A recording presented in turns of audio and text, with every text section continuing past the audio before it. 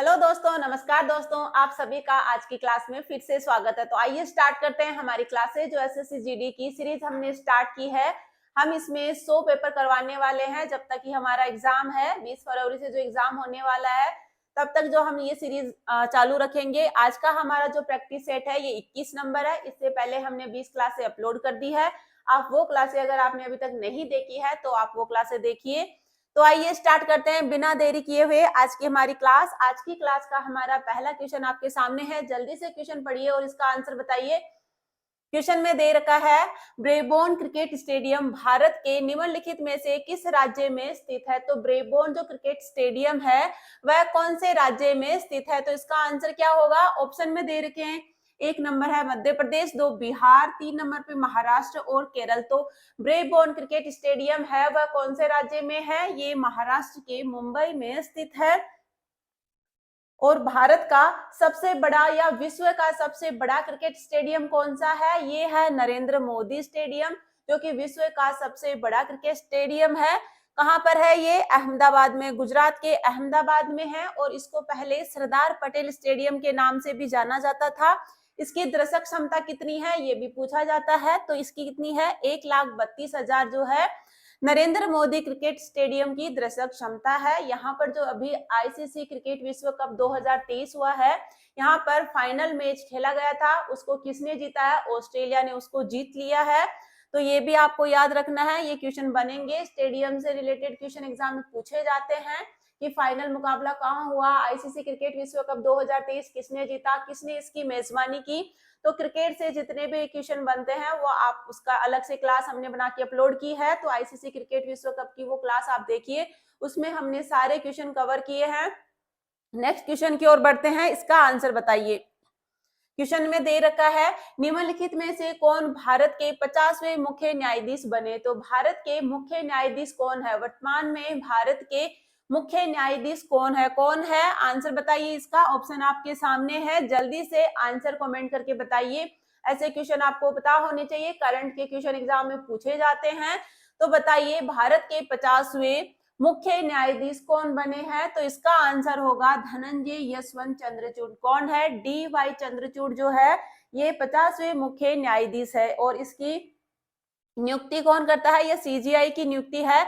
संविधान के अनुच्छेद, कौन सा अनुच्छेद है, 124 के दूसरे पार्ट के तहत राष्ट्रपति के द्वारा इसकी नियुक्ति की जाती है। किसके द्वारा की जाती है, राष्ट्रपति के द्वारा की जाती है इसकी नियुक्ति। कौन से अनुच्छेद में है, 124 के 124(2) में इसकी है नियुक्ति के बारे में बताया गया है कि राष्ट्रपति इनकी नियुक्ति करता है। और ये अपना त्याग पत्र किनको देते हैं, ये अपना त्याग पत्र है ये राष्ट्रपति को सौंपते हैं। किनको, राष्ट्रपति को सौंपते हैं।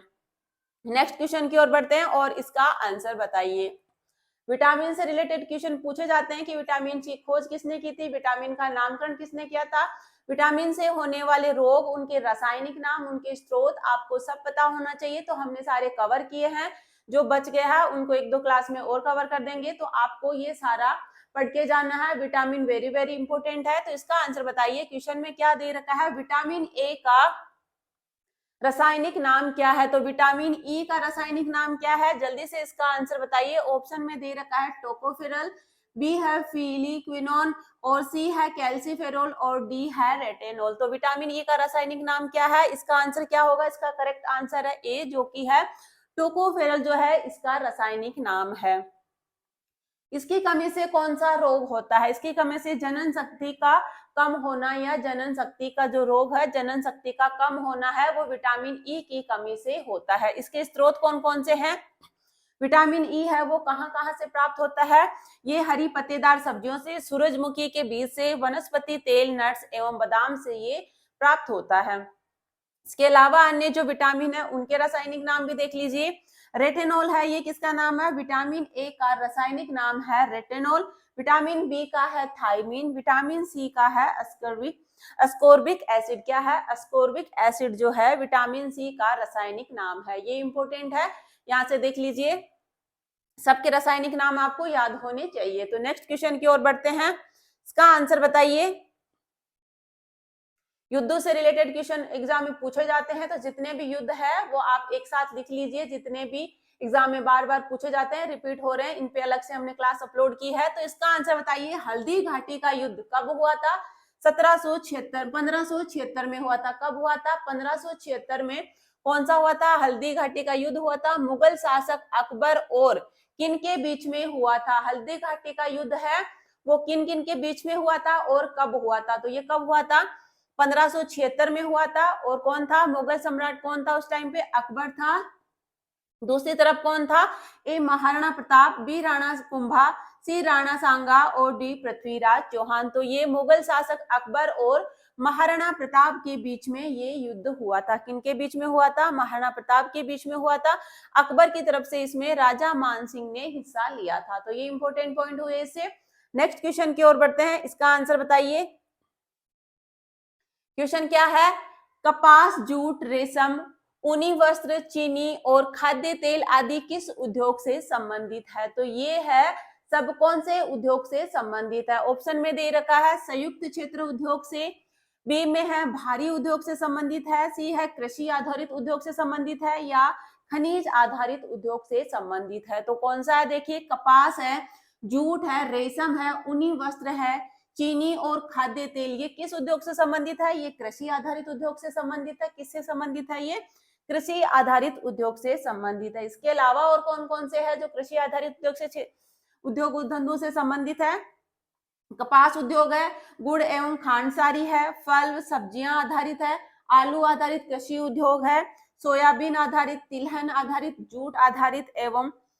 जूट आधारित व खाद्य संवर्धन आधारित आदि प्रमुख उद्योग जो है किससे संबंधित है? कृषि आधारित उद्योग धंधों से ये संबंधित है। ये एसएससी जीडी का ही 2022 का ये पूछा गया क्वेश्चन है। ये प्रीवियस ईयर क्वेश्चन है, तो ये देख लीजिए आप, ऐसे क्वेश्चन भी एग्जाम में पूछे जाते हैं। नेक्स्ट क्वेश्चन की ओर बढ़ते हैं, इसका आंसर बताइए। महात्मा गांधी ने किसानों के समर्थन में गुजरात के खेड़ा जिले में किस वर्ष सत्याग्रह किया था? तो खेड़ा आंदोलन है या खेड़ा सत्याग्रह है वो किस वर्ष हुआ था? कहाँ हुआ था? ये गुजरात के खेड़ा जिले में हुआ था। कौन सा खेड़ा सत्याग्रह है? किनके द्वारा किया गया था? गांधी जी ने किसानों के समर्थन में ये गुजरात के खेड़ा में ये किया था। तो इसका नाम क्या हुआ? खेड़ा सत्याग्रह। कब हुआ था? ये कौन से वर्ष में हुआ था? 1918 में खेड़ा सत्याग्रह किया गया था। इसके अलावा गांधी जी के और कौन कौन से प्रमुख सत्याग्रह है जो एग्जाम्स में बार बार पूछे जाते हैं, एक बार उनको भी देख लीजिए। 1917 में कौन सा था? चंपारण आंदोलन इन्होंने किया। महात्मा गांधी जी ने 1917 में चंपारण आंदोलन, एग्जाम में बहुत बार पूछा गया है, सारे इंपोर्टेंट है एग्जाम के पॉइंट ऑफ व्यू से, तो सबको लिख लीजिए। 1918 में खेड़ा आंदोलन हुआ। 1919 में खिलाफत आंदोलन इन्होंने चलाया गांधी जी ने। 1920 में असहयोग आंदोलन इन्होंने चलाया और 1942 में भारत छोड़ो आंदोलन और सविनय आंदोलन, जो सविनय अवज्ञा आंदोलन है, इन्होंने शुरू किया। क्या किया? भारत छोड़ो आंदोलन की शुरुआत की 1942 में और सविनय अवज्ञा आंदोलन की शुरुआत कब की? ये 1942 में। ये सारे इंपोर्टेंट है, गांधी से रिलेटेड है, गांधी जी से, तो एग्जाम में पूछे जाते हैं। 1917 में कौन सा हुआ? चंपारण आंदोलन। 1918 में खेड़ा आंदोलन, 1919 में खिलाफत आंदोलन, 1920 में असहयोग आंदोलन और 1942 में कौन सा है? भारत छोड़ो आंदोलन और सविनय अवज्ञा आंदोलन। ये इंपोर्टेंट आंदोलन है जो गांधी जी के द्वारा शुरू किए गए थे। नेक्स्ट क्वेश्चन की ओर बढ़ते हैं, इसका आंसर बताइए। क्वेश्चन क्या दे रखा है? जल विद्युत उत्पन्न करने के लिए आप निम्नलिखित में से किस स्थान पर बड़े बांध बना सकते हैं? ये एसएससी जीडी का प्रीवियस ईयर का क्वेश्चन है। तो कहां बना सकते हैं? पहाड़ी क्षेत्रों में बड़े बांध बना सकते हैं। नेक्स्ट क्वेश्चन की ओर बढ़ते हैं।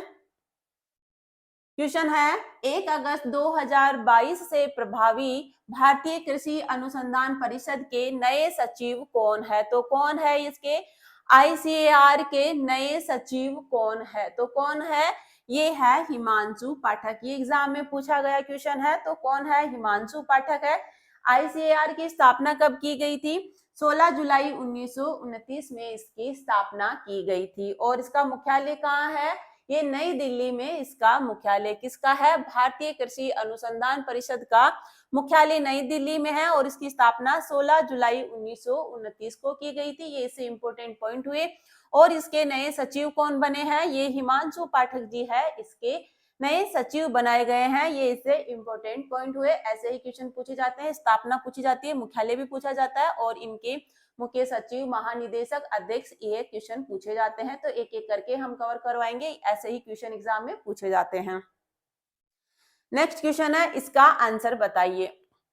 क्वेश्चन है, प्राकृतिक भूकंप पृथ्वी की किस परत में होते हैं? तो प्राकृतिक भूकंप है वह पृथ्वी की किस परत में आते हैं? कौन सी परत में आते हैं? ऑप्शन में दे रखा है मध्य मंडल, आंतरिक कोर, सी स्थल मंडल और दुर्बलता मंडल। तो किस में आते हैं भूकंप? ये आते हैं स्थल मंडल में। कहाँ आते हैं? स्थल मंडल में आते हैं। ये प्रीवियस ईयर का क्वेश्चन है, ऐसे ही क्वेश्चन आया था। और वायुमंडल की कितनी परतें हैं? 5 परतों में इसको विभाजित किया गया है। कौन कौन सी है? सौर मंडल है, समताप मंडल है, मध्य मंडल है, आयन मंडल और बाह्य मंडल। इनका क्रम याद रखना है, ऐसे ही क्रम पूछा जाता है। ऑप्शन में चारों दे रखे हैं कि इनके क्रम के अनुसार इनको जमाइए। तो ऐसे ही क्वेश्चन आएंगे। सबसे पहले सौर मंडल है, सेकंड नंबर पे समताप मंडल है, थर्ड पे मध्य मंडल है, फोर्थ पे आयन मंडल है और सबसे बाहर वाला बाह्य मंडल है। ऐसे इनका क्रम याद रखना है। नेक्स्ट क्वेश्चन की ओर बढ़ते हैं और इसका आंसर बताइए। सौरमंडल की औसत ऊंचाई कितनी होती है? तो सौरमंडल है वायुमंडल की जो पहली परत है, इसकी ऊंचाई कितनी होती है? पृथ्वी तल से इसकी ऊंचाई कितने किलोमीटर की होती है? ये होती है, ऑप्शन में देखिए, 13 किलोमीटर, 30 किलोमीटर, 6 किलोमीटर और 50 किलोमीटर। तो कितनी ऊंचाई तक ये होती है सौरमंडल? ये इसकी औसत जो है 13 किलोमीटर की ऊंचाई तक ये होती है पृथ्वी से। ये 13 जो है सौरमंडल है, ये पृथ्वी के वायुमंडल की सबसे निचली परत है। और सौरमंडल है, इसमें क्या होती है? इसमें मौसम की जो घटनाएं हैं वो घटित होती है। जितने भी मौसमी घटनाएं हैं ये सौरमंडल में घटित होती है। ऐसे भी पूछा जाता है कि मौसमी घटनाएं हैं वह कौन से मंडल में घटित होती है? तो ये सौरमंडल में घटित होती है और ये पृथ्वी तल से 13 किलोमीटर की ऊंचाई तक फैली हुई है। कौन सी है? सौरमंडल है। नेक्स्ट क्वेश्चन की ओर बढ़ते हैं और इसका आंसर बताइए। माइटोकॉन्ड्रिया माइटोकॉन्ड्रिया झिल्ली की बनी होती है। तो माइटोकॉन्ड्रिया है वो कितनी झिल्लियों की बनी होती है या कितनी झिल्लियों से घिरी होती है? तो ये 2 झिल्ली की बनी होती है। कितनी है? माइटोकॉन्ड्रिया है वो 2 झिल्ली की बनी होती है। देखिए, माइटोकॉन्ड्रिया एक दोहरी झिल्ली से घिरा अंग है। कैसा है? दोहरी झिल्ली से घिरा हुआ ये अंग है। माइटोकॉन्ड्रिया को है कोशिका का पावर हाउस भी कहा जाता है। ये इंपॉर्टेंट है इसका पॉइंट। माइटोकॉन्ड्रिया को है कोशिका का पावर हाउस किसको कहा जाता है? एग्जाम में ऐसे पूछा जाता है कि कोशिका का पावर हाउस है वो किसको कहा जाता है? कोशिका का शक्ति ग्रह, ऐसे क्वेश्चन आएगा। तो ये है माइटोकॉन्ड्रिया को कहा जाता है। ये इससे इंपॉर्टेंट पॉइंट हुआ। माइटोकॉन्ड्रियन एक दोहरी झिल्ली से घिरा हुआ अंग है और इसको माइटोकॉन्ड्रिया को कोशिका का पावर हाउस भी कहा जाता है। नेक्स्ट क्वेश्चन की ओर बढ़ते हैं, इसका आंसर बताइए। क्वेश्चन में दे रखा है फसल उत्सव। उत्सवों से रिलेटेड क्वेश्चन हर शिफ्ट में पूछे जाते हैं। तो आपको जितने भी राज्य हैं उनके जो उत्सव है, त्योहार है, उनके नृत्य है, उनको अच्छे से याद कर लेना है। ये पूछे जाने वाले हैं हर शिफ्ट में। आपको जितने ज्यादा याद हो सके उतने लिखिए और इनको रिवाइज करते जाइए। इनको नोट्स बना के आप लिख लीजिए। हर राज्य के अलग अलग नोट्स बना लीजिए कि कौन से राज्य में कौन कौन से उत्सव मनाए जाते हैं। तो इसका आंसर बताइए, फसल उत्सव कौन सा है? नबन्ना है वो किस राज्य में मनाया जाता है? तो नबन्ना है ये कैसा है? एक फसल उत्सव है और कौन से राज्य में मनाया जाता है? ऑप्शन में दे रखा है पश्चिम बंगाल में, बी हरियाणा में, सी छत्तीसगढ़ और डी झारखंड। तो ये कहाँ मनाया जाता है? आंसर बताइए, कमेंट करके बताइए कि ये कौन से राज्य में मनाया जाता है। ये क्वेश्चन प्रीवियस ईयर का क्वेश्चन है। तो ऐसे ही क्वेश्चन आपके एग्जाम में फिर से आपको देखने को मिलेगा। इजी क्वेश्चन नहीं आते हैं, टफ क्वेश्चन आते हैं।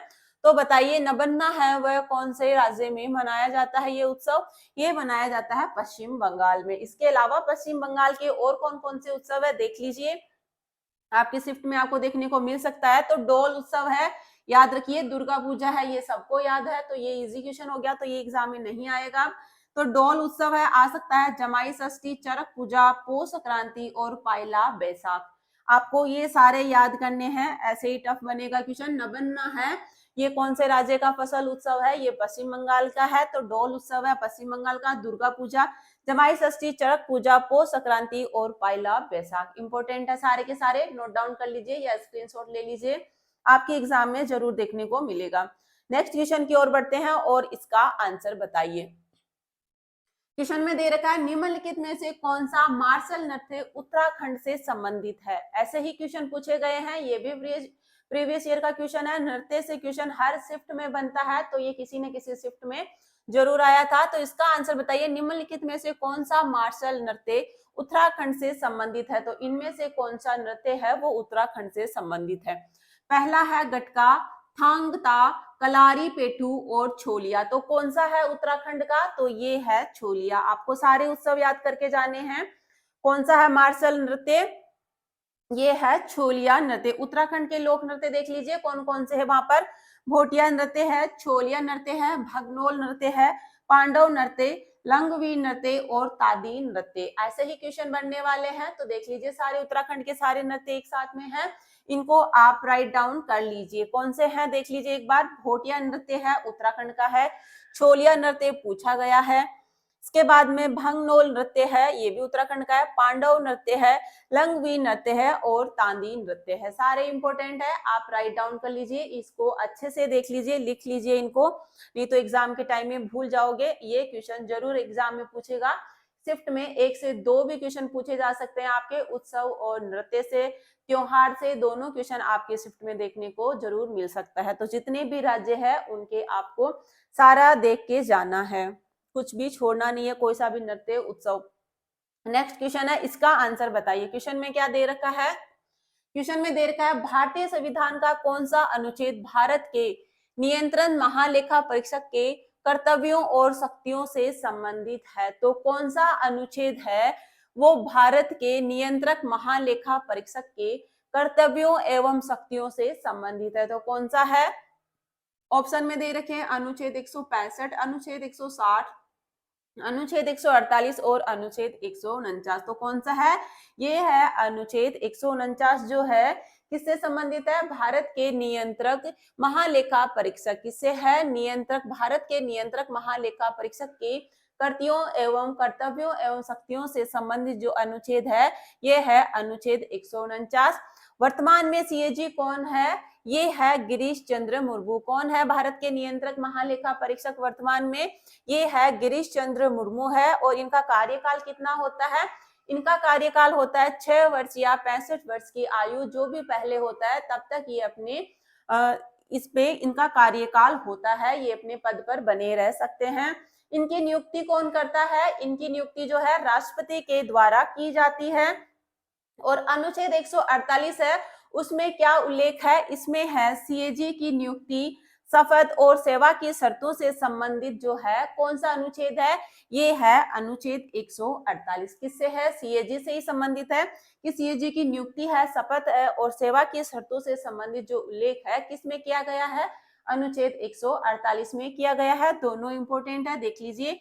ये अगर एग्जाम में पूछ लिया गया है तो अब ये भी एग्जाम में पूछा जा सकता है। इनकी नियुक्ति कौन करता है, राष्ट्रपति के द्वारा इनकी नियुक्ति की जाती है। नेक्स्ट क्वेश्चन की ओर बढ़ते हैं। और ये कैसा निकाय है, ये एक संवैधानिक निकाय है। ऐसा भी पूछा जाता है सीएजी है वो कैसा निकाय है, ये कैसा निकाय नहीं है, ऐसे भी करके पूछा जा सकता है कि इनमें से कौन सा संवैधानिक निकाय है। ऐसे भी आपके सामने ऑप्शन होंगे, उनमें से आपको बताना होगा कि कौन सा संवैधानिक निकाय है। तो सीएजी है, ये कैसा है, ये एक संवैधानिक निकाय है। कैसा है, संवैधानिक निकाय है। नेक्स्ट क्वेश्चन की ओर बढ़ते हैं, इसका आंसर बताइए। क्वेश्चन में दे रखा है भारतीय संविधान का भाग 4A किससे संबंधित है। तो भाग 4A है, भाग 4K है, वो किससे संबंधित है। तो उसमें किसका उल्लेख किया गया है, किससे संबंधित है। ऑप्शन में दे रखे हैं राज्य की नीति निर्देशक सिद्धांतों से, बी में है पुलिस का नैतिक कर्तव्य से, सी है मूल कर्तव्य और डी है मूल अधिकार। तो भाग 4K है वो किससे संबंधित है, ये है मूल कर्तव्यों से संबंधित। किससे है, मूल कर्तव्यों से संबंधित है। और भाग 3 है वो किससे संबंधित है, ये है मौलिक अधिकारों से संबंधित। कौन कौन से अनुच्छेद है, अनुच्छेद 12 से 35 है वो मौलिक अधिकारों से संबंधित है, जो कि भाग 3 में है। इसके अलावा भाग 4 का अनुच्छेद 36 से 51 है, उसमें क्या है, राज्य के नीति निर्देशक सिद्धांतों के बारे में जो है वो किसमें लिखा गया है, भाग 4 के अनुच्छेद कौन कौन से हैं, अनुच्छेद 36 से 51 में राज्य के नीति निर्देशक सिद्धांत या डीपीएससी का उल्लेख किया गया है। इसके अलावा भाग 4A में अनुच्छेद 51 क में क्या है, मौलिक कर्तव्यों का उल्लेख किया गया है। तो ये इससे इंपॉर्टेंट पॉइंट हुए, सारे देख लीजिए, सारे राइट डाउन कर लीजिए, ऐसे ही क्वेश्चन पूछे जाते हैं। भाग 3 है वो मौलिक अधिकार से संबंधित है। ये क्वेश्चन बहुत बार एग्जाम में पूछा गया है, इनमें कंफ्यूज नहीं होना है। नेक्स्ट क्वेश्चन की ओर बढ़ते हैं।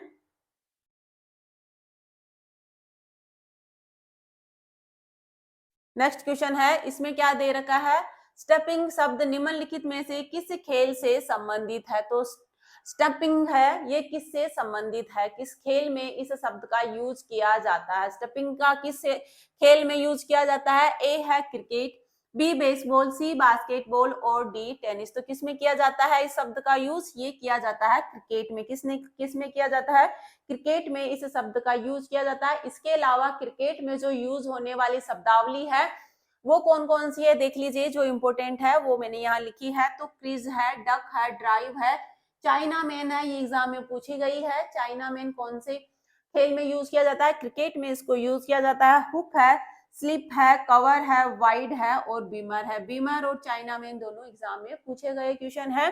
तो चाइना मैन, बीमर है, क्रीज है, duck, drive, hook, slip, cover, ये सारे क्रिकेट से संबंधित शब्दावलियां हैं। देख लीजिए, ऐसे ही क्वेश्चन आते हैं। स्टेपिंग पूछ लिया है तो फिर से आपके एग्जाम में ये रिपीट हो सकते हैं। हर शिफ्ट में क्रिकेट या फुटबॉल से संबंधित शब्दावलियां पूछी गई थी, तो ये दोनों इंपॉर्टेंट है, क्रिकेट, फुटबॉल, हॉकी, इन सब की आपको शब्दावलियां याद करनी पड़ेगी, आपके एग्जाम में ये आएंगे क्वेश्चन। नेक्स्ट क्वेश्चन की ओर बढ़ते हैं और इसका आंसर बताइए। क्वेश्चन में क्या है, मेक इन इंडिया योजना भारत सरकार द्वारा वर्ष में शुरू की गई थी। तो मेक इन इंडिया योजना है, ये भारत सरकार द्वारा किस वर्ष में इसको शुरू किया गया था। तो किस वर्ष शुरू किया गया था, ये 2014 में शुरू की गई थी। कब शुरू की गई थी, मेक इन इंडिया योजना है ये 2000 शुरू में शुरू की गई थी। 2014 में इसको लॉन्च किया गया था। लॉन्च किन्होंने किया था, प्रधानमंत्री के द्वारा। किस डेट को, डेट भी इस बार एग्जाम में पूछी जाती है, एसएससी सीजीएल में है, पूरी डेट पूछा जाता है। 25 सितंबर 2014 में इसको लॉन्च किया गया था। किन के द्वारा किया गया था, प्रधानमंत्री नरेंद्र मोदी के द्वारा इसको लॉन्च किया गया था। कौन सी है, मेक इन इंडिया है। केंद्र सरकार और राज्य सरकारों की जितनी भी योजनाएं हैं उन पे 2 अलग अलग क्लासें अपलोड की हुई है। तो केंद्र सरकार की जितनी भी योजनाएं हैं आप उस क्लास से जरूर देख के जाना। केंद्र सरकार की जितनी भी योजनाएं उसमें हमने सारी कवर की है उस क्लास में, तो आपके लिए वो क्लास हेल्पफुल होने वाली है। देखिए, इसका उद्देश्य क्या था, घरेलू विनिर्माण क्षेत्र को बढ़ावा देना और देश में निवेश को बढ़ाना, इसका उद्देश्य था। कौन सी है, मेक इन इंडिया योजना है, जो किनके द्वारा शुरू की गई थी, ये प्रधानमंत्री नरेंद्र मोदी के द्वारा 25 सितंबर 2014 को इसको लॉन्च किया गया था या शुरू किया गया था। नेक्स्ट क्वेश्चन की ओर बढ़ते हैं और इसका आंसर बताइए। क्वेश्चन में दे रखा है, जब सोडियम सल्फेट बेरियम क्लोराइड के साथ अभिक्रिया करता है तो कौन सा उपोत्पाद बनता है। तो कौन सा उत्पाद बनता है, कौन कौन से क्रिया करते हैं, सोडियम सल्फेट है और बेरियम क्लोराइड के साथ में इनकी जब कौन कौन से हैं, सोडियम सल्फेट और बेरियम क्लोराइड की अभिक्रिया होती है तो कौन सा उपोत्पाद बनता है। तो इसका आंसर क्या होगा, ये सोडियम क्लोराइड बनता है। कौन सा बनता है, सोडियम क्लोराइड बनता है।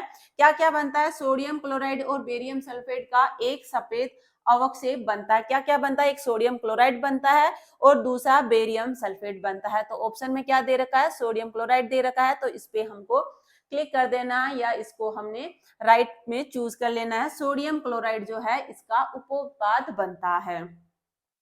नेक्स्ट क्वेश्चन की ओर बढ़ते हैं, इसका आंसर बताइए। क्वेश्चन में क्या दे रखा है, बैंक दर वह दर है जिस पर, क्या है बैंक दर, क्या होती है, इसका आंसर बताइए। ये एग्जाम में, ये सभी एग्जाम में पूछा गया क्वेश्चन है। एसएससी में हर साल ये पूछा जाता है, एसएससी सीजीएल में, ये एसएससी जीडी का 2022 का क्वेश्चन है। तो इसका आंसर बताइए, बैंक दर वह दर है जिस पर, ऑप्शन क्या क्या दे रखे हैं, केंद्रीय बैंक सरकार से ऋण लेता है या केंद्रीय बैंक वाणिज्यिक बैंकों को ऋण देता है। क्या है बैंक दर, क्या होता है बैंक दर, या फिर देखिए वाणिज्यिक बैंक केंद्रीय बैंकों को ऋण देते हैं या वाणिज्यिक बैंक सरकार को ऋण देते हैं। तो बैंक दर है, कौन सी दर है, जिस पर, क्या है बैंक दर वह दर है जिस पर क्या होता है कि केंद्रीय बैंक वाणिज्य बैंकों को ऋण देता है। किनको देता है? केंद्रीय बैंक जो है, जो घरेलू केंद्रीय बैंक है, इनको ऋण देता है। देखिए बैंक दर जिस पर देश का केंद्रीय बैंक घरेलू बैंकों को अक्सर बहुत कम अवधि ऋणों के रूप में पैसे उधार देता है। जो घरेलू बैंक है उनको केंद्रीय बैंक है वो ऋण उधार देता है। तो ये हुआ बैंक दर, वह दर है जिस पर केंद्रीय बैंक घरेलू बैंकों को अक्सर बहुत कम अवधि ऋणों के रूप में पैसे उधार देता है। ये याद रखना है आपको। नेक्स्ट क्वेश्चन की ओर बढ़ते हैं, इसका आंसर बताइए। ये हमारा लास्ट क्वेश्चन है, तो इसका आंसर बताइए जल्दी से, क्या होगा इसका आंसर? कौन ने काउंसिल राजनीति को वापस लेने के लिए कांग्रेस के तहत स्वराज पार्टी का गठन किया? तो स्वराज पार्टी का गठन है वो किनके द्वारा किया गया था? किन्होंने स्वराज पार्टी का गठन किया? जल्दी से इसका आंसर बताइए। ये क्वेश्चन मैंने बहुत बार करवाया है, इसका जल्दी से आप लोग इसका आंसर बताइए। स्वराज पार्टी का गठन किन्होंने किया था? ऑप्शन में दे रखे हैं चित्तरंजन दास और मोतीलाल नेहरू। बी है चित्तरंजन दास और जवाहरलाल नेहरू ने। सी है लोकमान्य तिलक और मोतीलाल नेहरू ने।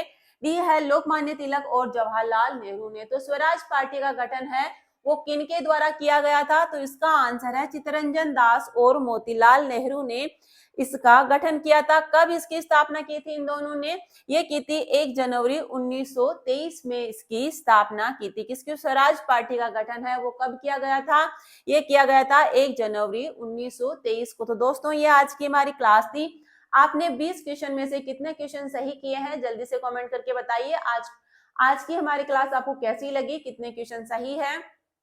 ऐसे ही आपके सामने क्वेश्चन लाते रहेंगे आपके एग्जाम तक, ऐसे ही तैयारी हम कराते रहेंगे, ऐसे ही क्वेश्चन आते रहेंगे आपके सामने। तो आप अच्छे से पढ़िए, आपको इसी बार अपना सिलेक्शन ले लेना है। तो हमारा जो एग्जाम है वो 20 फरवरी से स्टार्ट होना है, तब तक आप अच्छे से लगे रहिए, पढ़ते रहिए, सिलेक्शन आपका जरूर होगा। पूरे जोश के साथ में पढ़िए। थैंक यू दोस्तों, मिलते हैं अगली क्लास में, तब तक के लिए राम राम, नमस्ते, बाय बाय।